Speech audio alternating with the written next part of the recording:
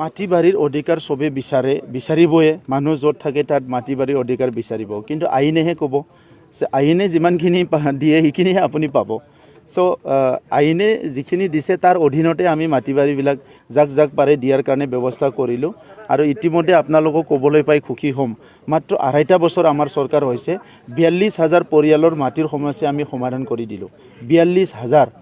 আৰু অহা ২ বছৰত আৰু সমাধান কৰিবলৈ গৈ আছোঁ মুখ্যমন্ত্ৰী ডাঙৰীয়াই যিটো কথাটো কৈছে হিটোক লৈ পেলাই যিটো কন্ট্ৰভাৰ্সি কৰি আছে ইটো কন্ট্ৰভাৰ্সি কৰিব লগা কথা নহয় সকলো কমিউনিটি যাৰ ল্যান্ড ৰাইট আছে সকলো ল্যান্ড ৰাইট পাবই ইয়াতে এই কথাটোহে মুখ্যমন্ত্ৰী ডাঙৰীয়াই কৈছে গতিকে ইয়াত বহুতে শংকিত হয় আৰু বদলেন বুলি ক'লে আমাৰ অমুক অধিকাৰ নাই তুমুক অধিকাৰ নাই কোনোবা ইটো দিব নালাগে হিটো দিব নালাগে আইনত যি আছে ইটোহে হ'ব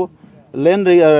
ৰেভিনিউ ৰেগুলেশ্যন এক্ট 1886 যিটো আছে ট্ৰাইবেল বেলেন ব্লকত যিখিনি পায় 6 শিডিউলত কোনে পায় কোনে নাপায় এই আইনটো পুৰা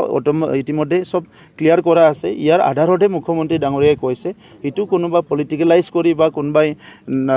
বেলেগ ধৰণৰ মানে প্ৰজেক্ট কৰি পেলাই কথাটো ক'লেতো আৰু আপুনি কন্ট্ৰভাৰ্সি কৰিম বুলি ক'লে উল্টা পুল্টা কৰিম বুলি সব কথাতে কৰিব পাৰে কিন্তু আচলতে আইনে যি কয় সেইটোহে হ'ব নহ'লে ইয়াৰ বাহিৰে আৰু কোনে কি কৰিব পাৰিব